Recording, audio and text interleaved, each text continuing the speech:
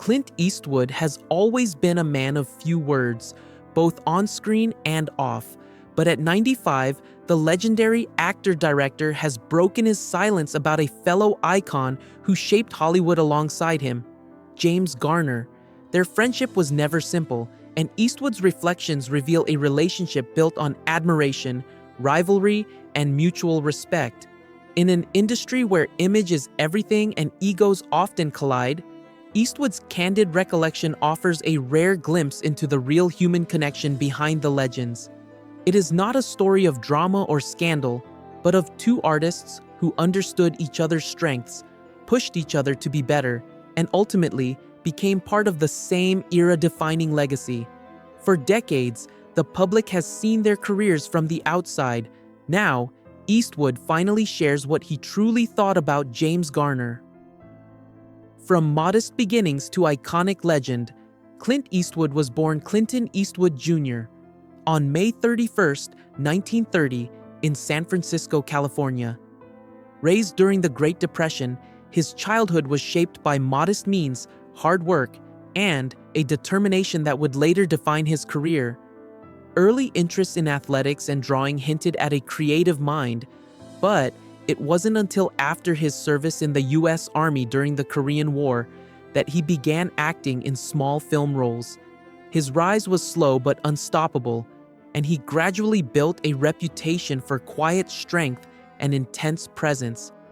Those early years laid the groundwork for what would become one of Hollywood's most enduring careers, marked by a relentless work ethic and an ability to transform himself into iconic characters.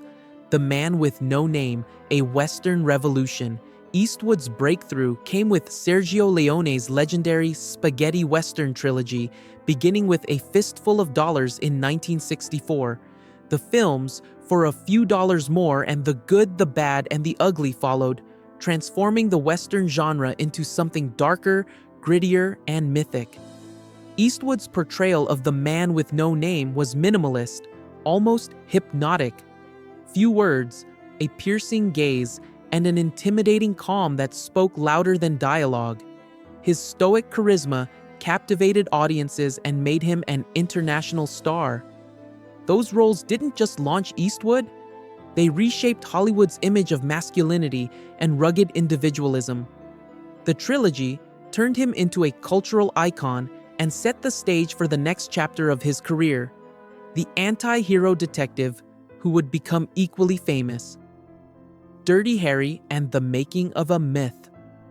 In 1971, Eastwood stepped into the role that would define a new era of tough guy cinema, Inspector Harry Callahan in Dirty Harry. The character became an American symbol of rugged justice, famous for the line, "Do you feel lucky, punk?" It wasn't just action that made the role iconic, it was the moral complexity behind it. Harry Callahan wasn't a hero in the traditional sense. He was a man who walked the line between law and personal ethics, embodying the tension of a nation facing social unrest.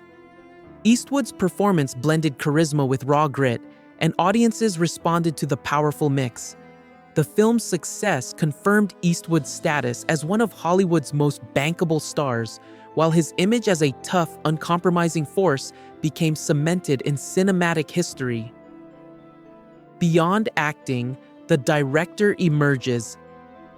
Eastwood's talents went far beyond acting.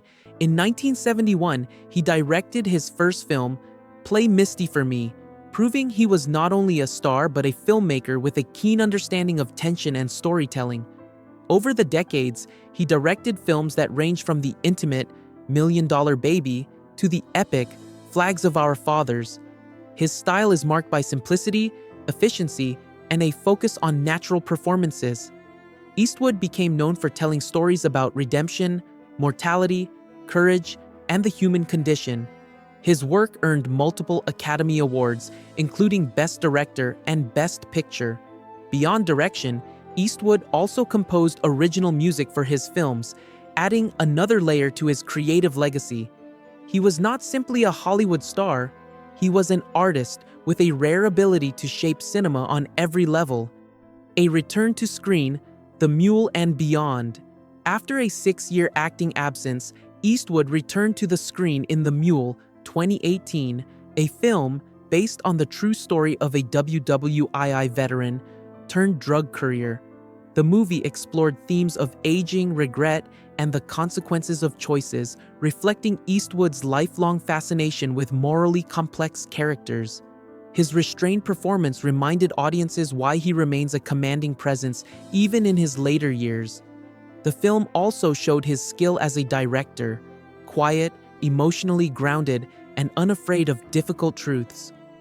The Mule marked a return to the kind of intimate storytelling that defined Eastwood's best work, proving he still had the power to move audiences with subtlety and depth. Later work and continued relevance.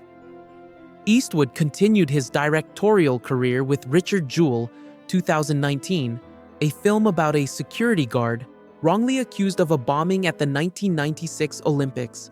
The film highlighted media sensationalism and public injustice, and it received critical praise for its careful storytelling and strong performances. In 2021, he directed and starred in Cry Macho, a neo-Western exploring mentorship and masculinity. Though the film received mixed reviews and underperformed commercially, it reflected Eastwood's enduring commitment to telling human stories. Even in his 9th decade, he continued to make films that reflected his personal values, resilience, dignity, and moral responsibility, proving that he remained one of Hollywood's most vital storytellers. A complex personal life. Eastwood's personal life has been as complicated as his characters. He married Maggie Johnson in 1953 and had 2 children, Kyle and Allison, before their separation in 1984.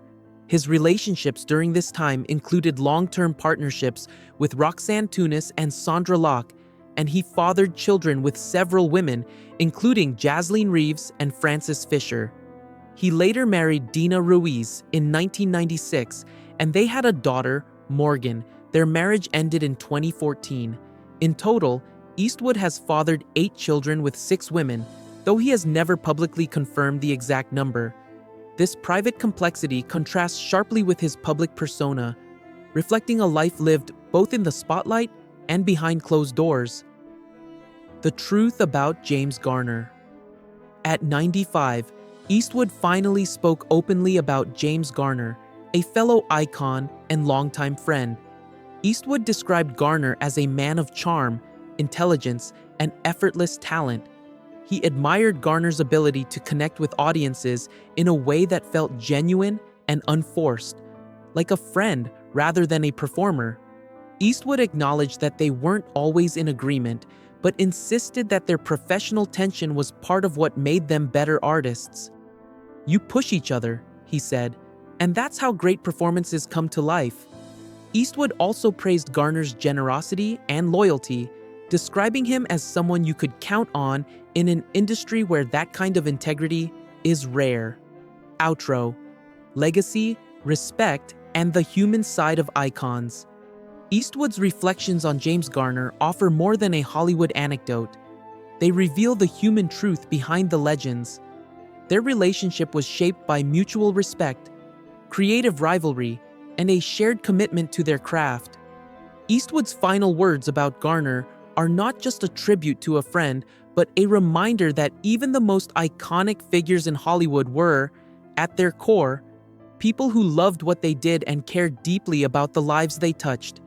At 95, Eastwood's honesty is a gift to audiences who have admired both men for decades.